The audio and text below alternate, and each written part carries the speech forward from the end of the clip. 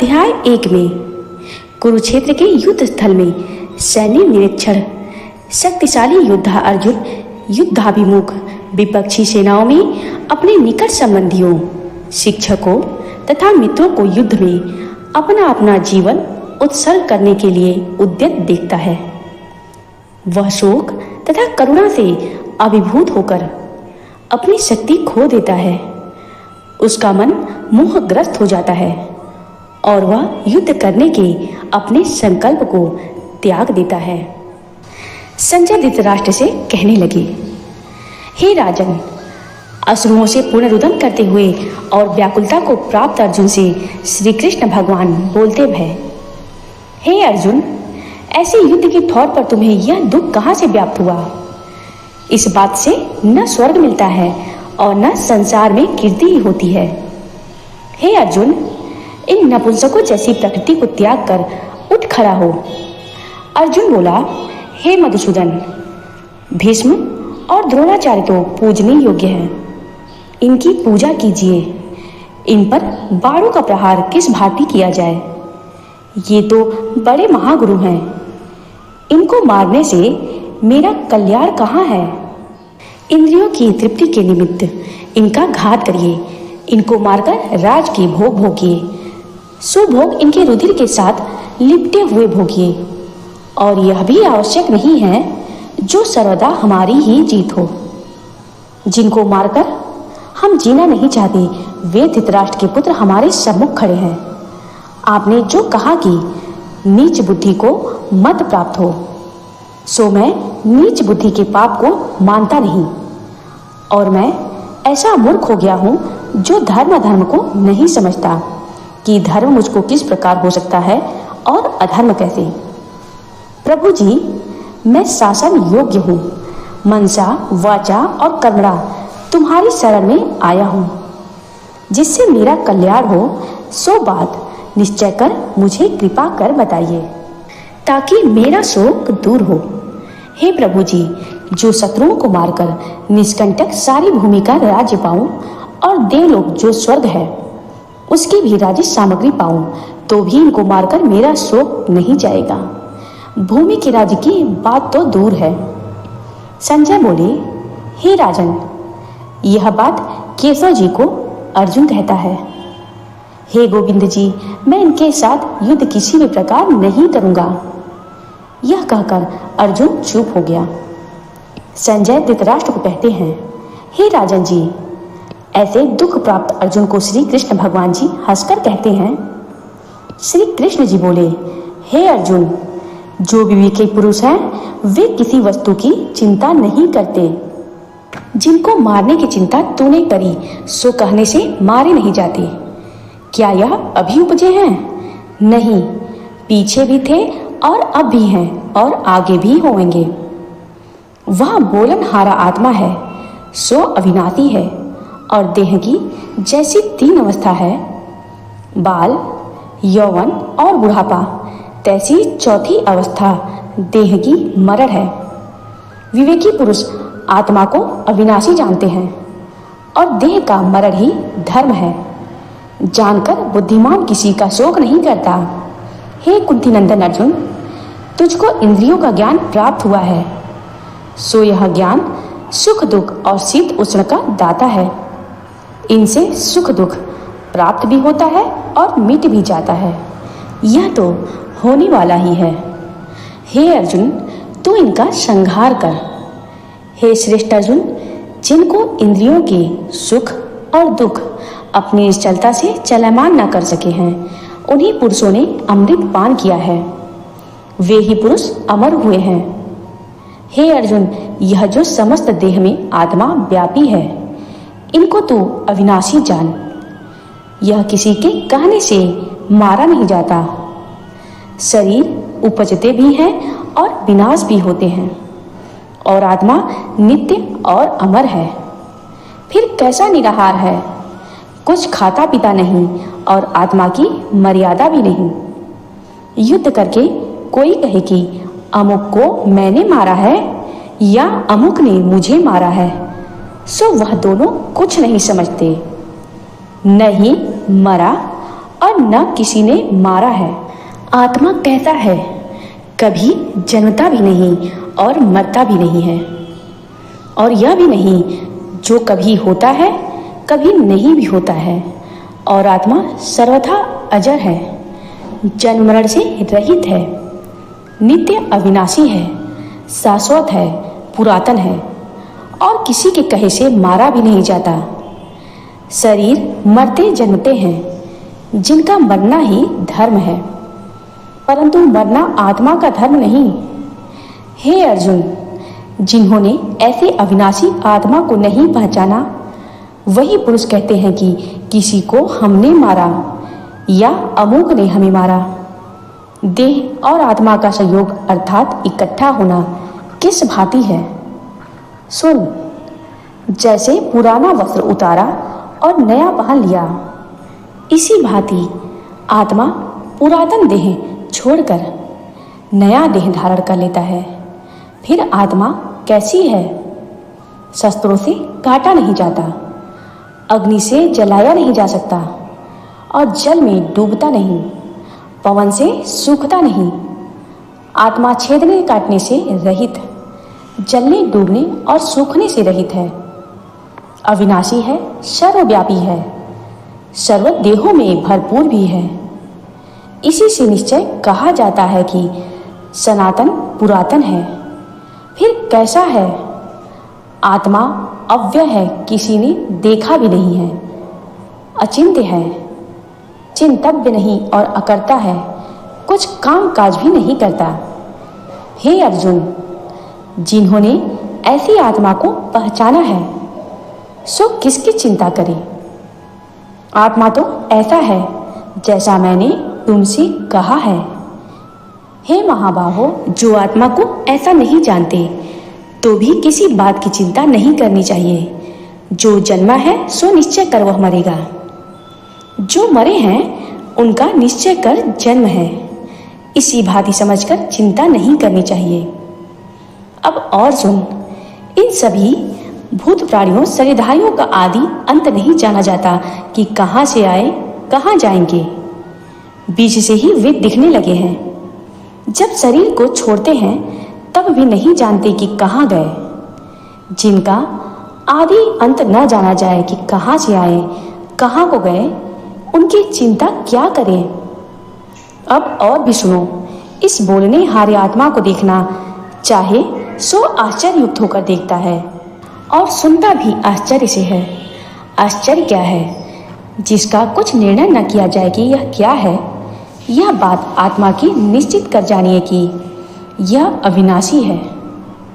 इसलिए हे अर्जुन, किसी भूत प्राणी की चिंता न कर।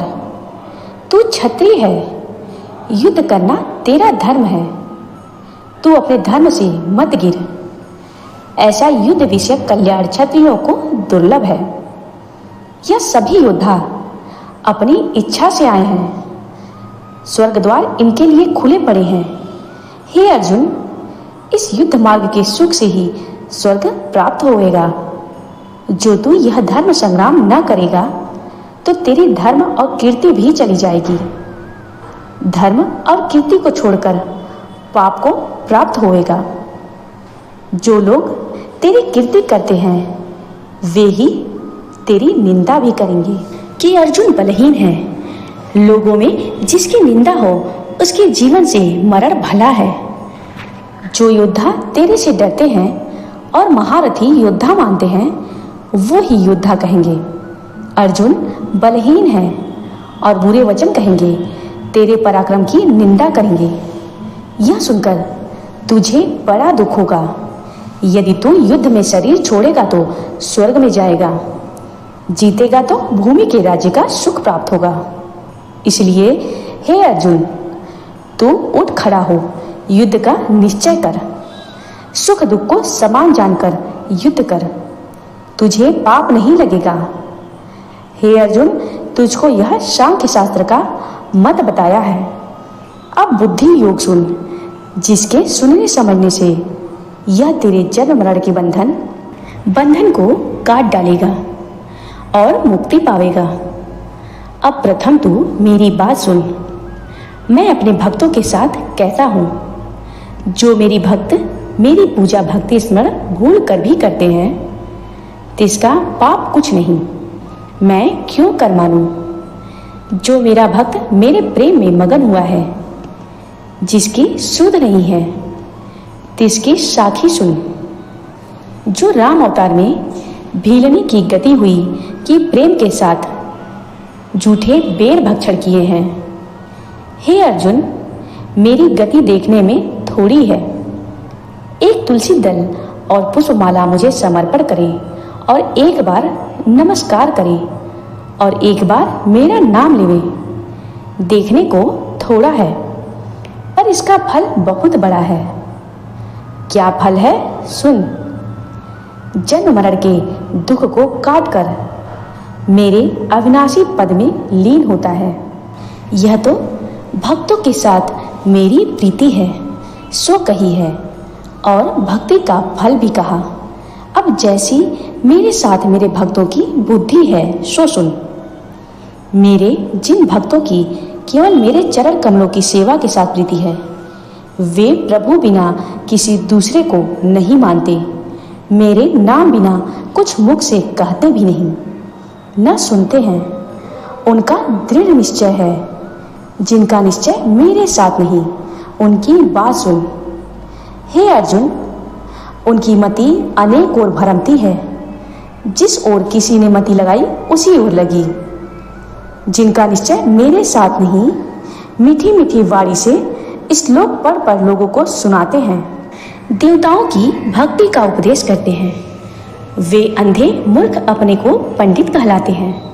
हे अर्जुन, वेद के विवाद से आप भी मोहे हुए हैं और लोगों को भी मोहित करते हैं।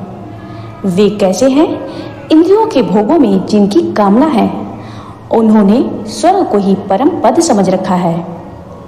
वह ऐसे कर्म करते हैं जिनके किए से बारंबार संसार में जन्म मरण हुए और जिनके करने से कष्ट बहुत हुए और जिस कर्म का तुच्छ फल हुए।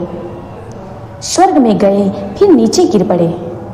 ऐसे जो बुद्धिहीन हैं, जिनकी कामना इंद्रियों के भोगों में है और संसार में जिनकी अपनी प्रभुता है, इन बातों से बुद्धि अंधी भई। उनकी बुद्धि का निश्चय मेरे में लगता नहीं। हे अर्जुन, वेद का वृतांत सुन। वेद की बुद्धि भी तीनों गुणों में है, तो इन तीनों गुणों से अतीत है। वह कैसा है? जहाँ न शीत हो, न उष्ण हो, न जन्म मरण हो।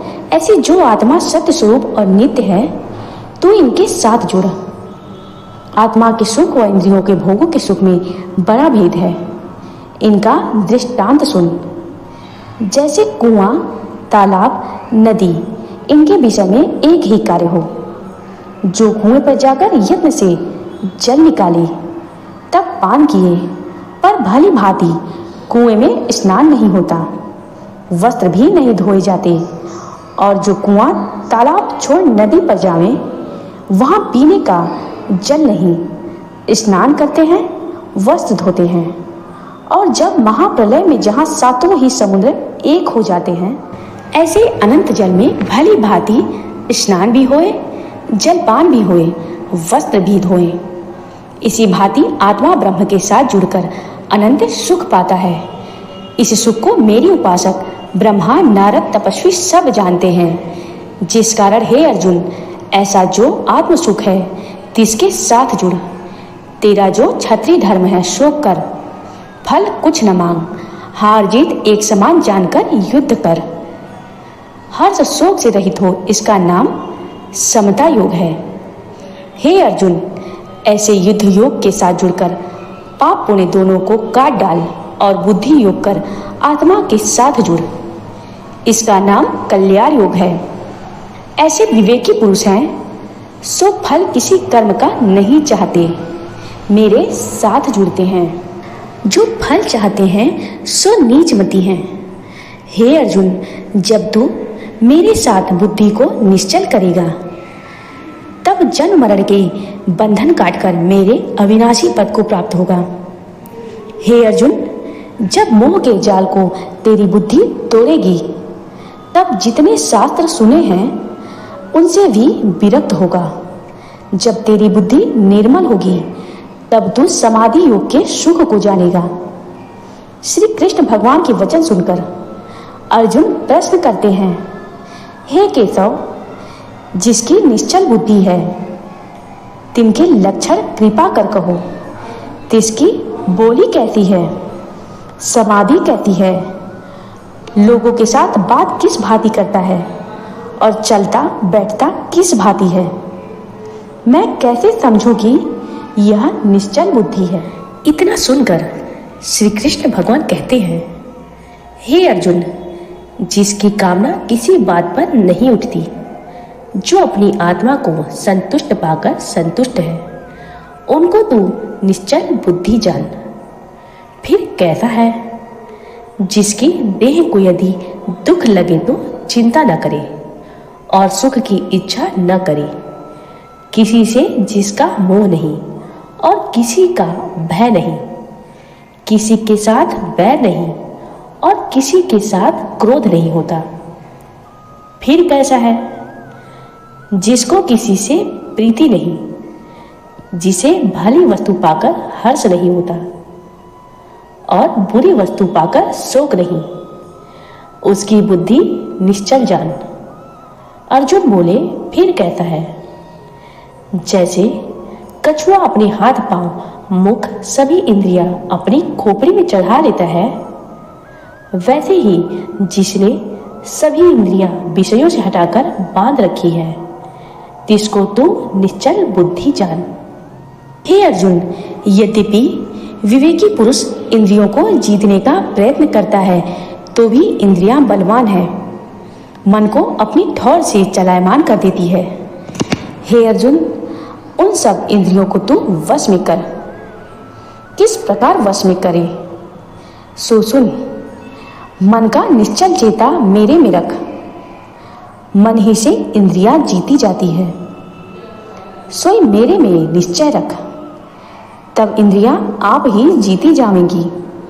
जिसके वश में इंद्रियां हैं, उसकी बुद्धि निश्चल जान।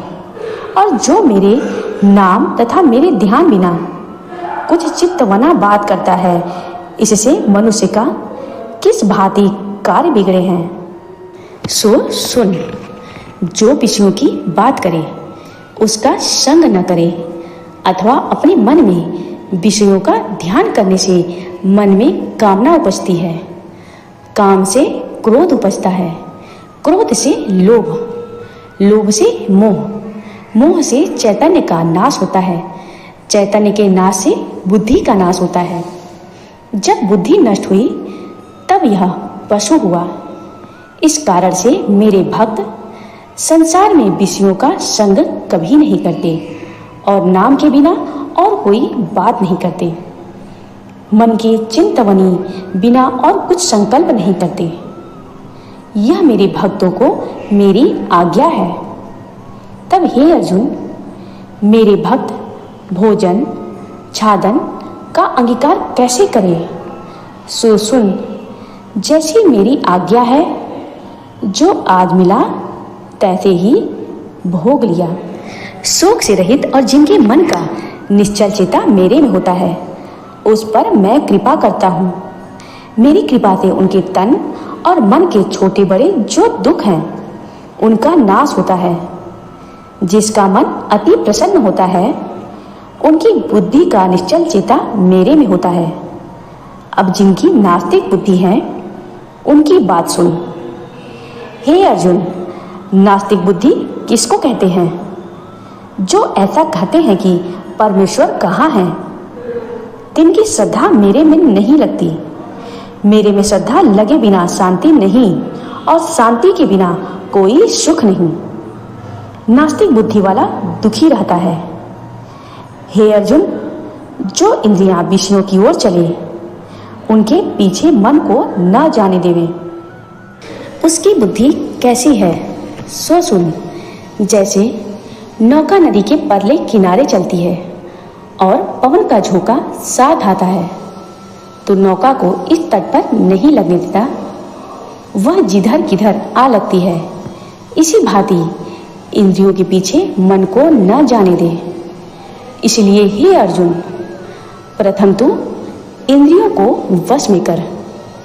जिन पुरुषों ने इंद्रियां अपने वश में करी हैं, उनकी बुद्धि तैसे ही मेरे भक्ति में पूर्ण और निश्चल चाहिए। तू निश्चय जान। हे अर्जुन, अब और सुन। मेरे स्मरण में जो आनंद है, उसे संसारी पुरुष नहीं जानते हैं। उनके वास्ते मेरा भजन रात है, जिनमें मनुष्य जागते हैं, और संयमी जो मेरे भक्त हैं सो उस ओर से सो रहे हैं।